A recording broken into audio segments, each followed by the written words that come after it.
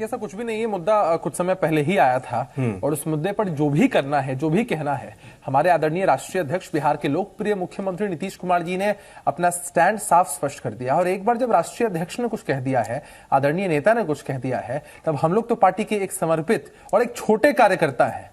तो जो राष्ट्रीय अध्यक्ष ने कहा है, उन्होंने सोच समझ के कहा होगा, उस पर क्या प्रतिक्रिया देनी है? उस पर कोई प्रतिक्रिया वाली बात ही नहीं। चुनाव के प्रचार में इसका जिक्र हो रहा है, मैं वो कह रहा हूं। चुनाव पहले दो चरण में इसका कहीं जिक्र नहीं हुआ। आप ये समझिए, अच्छा ये कोई बात थोड़ी है। अब पहले दो चरण में जिस मुद्दे का जिक्र नीतीश कुमार जी ने किया होगा, तीसरे चरण में उसका जिक्र नहीं किया, तो इसका भी तो कोई मतलब नहीं है। आदरणीय नेता को जो जब जहां सही लगा जनता से संवाद स्थापित करने के लिए उन्होंने कुछ भी कहा, तो उस पर आपत्ति की क्या बात है? मुफीद है इस इलाके के लिए, ये मसला मुफीद है, क्योंकि कुछ ऐसे इलाके हैं जहां 40 से 70% मुसलमान है। यही तो मैं भी कह रहा हूं सर, कि इस इलाके के लिए मुफीद लगा। मैं एक बात बताता हूं आपको, एग्जांपल सुनिए। मैं एक एग्जांपल आपको देता हूं। क्या आप जानते हैं अक्षय विनोद जी की सिखों की आबादी बिहार प्रदेश में कितनी है?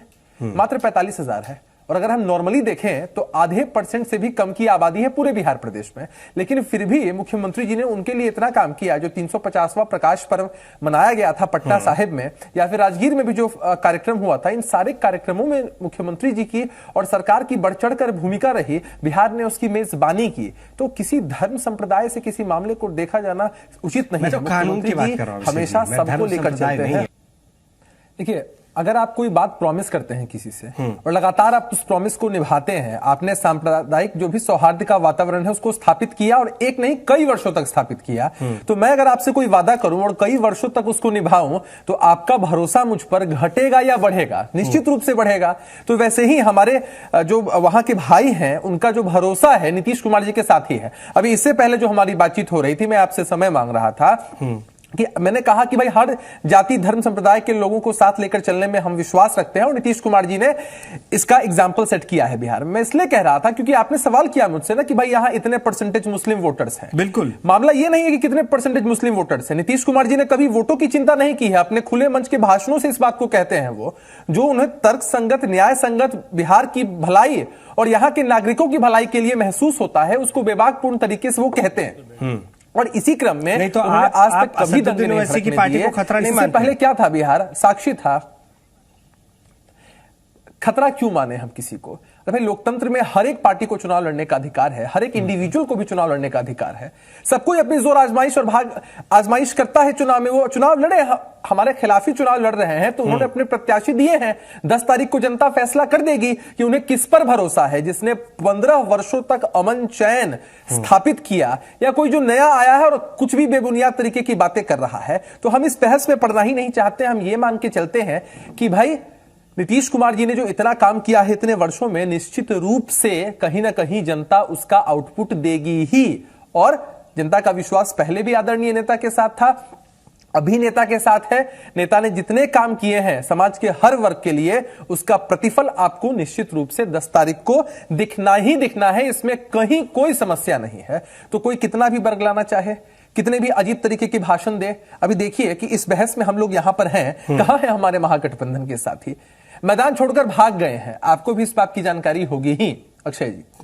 प्रचार वो अपना स्टैंड तक नहीं रख सकते हैं, क्योंकि वो जानते हैं कोई नहीं ताकत कैसे झोंकेंगे भाई? हमारी पार्टी से आपने बुलाया, हम आए कि नहीं आए? हर पार्टी में पैनल होता है, हर पार्टी में लोग होते हैं। अरे किसी मुद्दे पर आप अपनी बात रख सकते हैं कि नहीं रख सकते हैं? अरे आपके मन में जो हो वही रखिए ना। लेकिन अगर मुंह में राम और बगल में छुरी हो, तब तो आप दुविधा में पड़ ही जाइएगा। और तब आपको जब लगेगा कि भाई अब हम क्या कहें, तो मैदान छोड़कर तो आपको भागना ही पड़ेगा। तो यही हाल इनका 10 तारीख को भी होने वाला है। निश्चित रूप से सब कुछ बहुत भला होगा। बिहार की जनता का जो मूड है वो एनडीए के साथ है। बिहार की जनता का जो वोट होगा वो भी एनडीए के साथ होगा। 10 नवंबर को भी हम लोग यहां बैठेंगे ही होपफुली, और हम लोग फिर इसी बात पर आएंगे कि नीतीश कुमार जी के नेतृत्व में बिहार की जनता ने भरोसा जताया, और एनडीए 2/3 3/4 बहुमत के साथ बिहार में सरकार बनाने जा रहा है। नहीं तो ये जो इमोशन कार्ड है, इस तरह से देखने की जरूरत नहीं है कि कैप्टन अमरिंदर सिंह को मैं वही बात कह रहा था, वो इनको दिलाएगा दोबारा?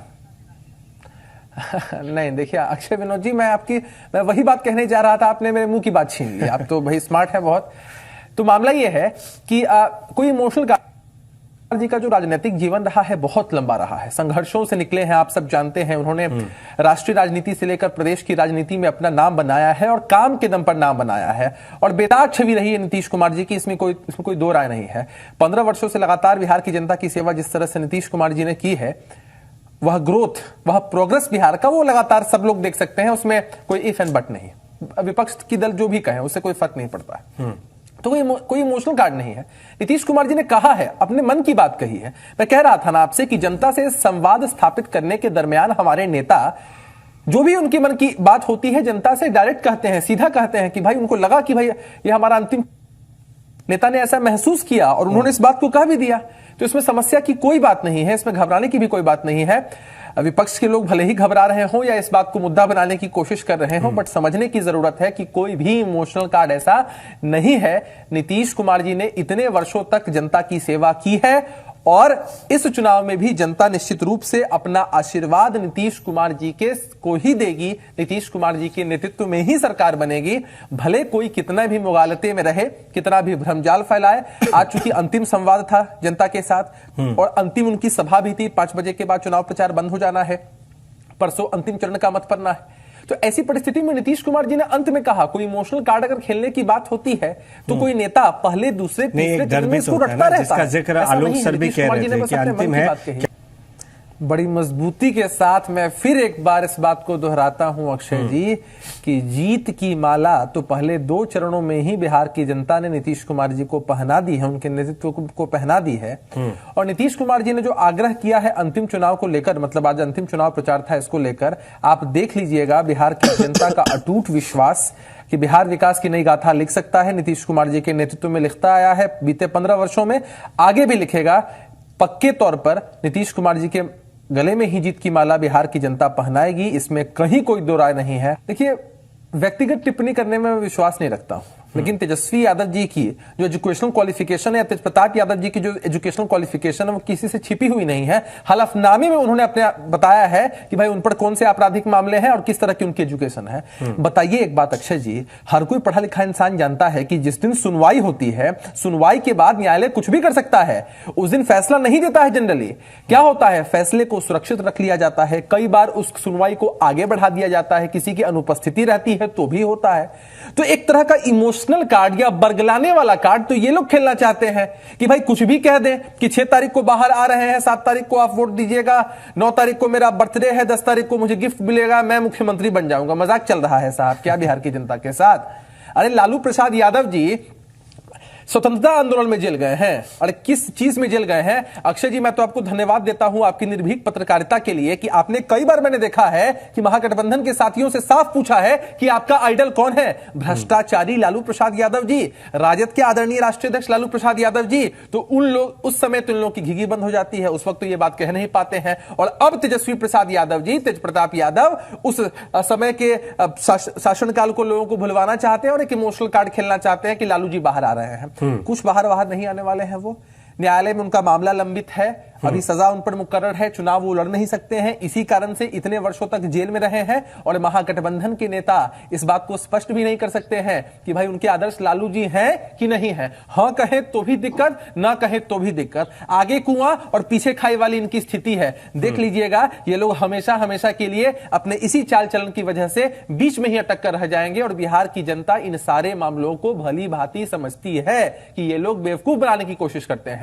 तो किसी तरह के परसेप्शन में ये लोग जिए। लालू प्रसाद यादव जी का कोई जनाधार नहीं है बिहार में। बिहार की जनता जानती है कि भ्रष्टाचार के आरोप में वो जेल के अंदर गए हैं, पशुओं का चारा। लेकिन वो तो कोर्ट डिसाइड करेगा। जैसे अभी 2017 के मामले में उन्हें आज रिलीफ मिला है और अब 6 तारीख को जब उस पूरे मामले पर सुनवाई होगी तब उसमें कोर्ट क्या फैसला लेती है, फैसला सुरक्षित रखती है या क्या है, वो तो 6 को पता बिहार का मुद्दा है। उम्मीद जता रहे हैं। तेज प्रताप यादव जी और तेजस्वी यादव जी कुछ कहते हैं, नहीं ऐसी उम्मीद जताते हैं, बिहार की जनता को बरगलाते हैं कि मेरा 9 तारीख को मेरा जन्मदिन है, 10 तारीख को मुझे गिफ्ट मिलेगा, पापा बाहर चले आएंगे।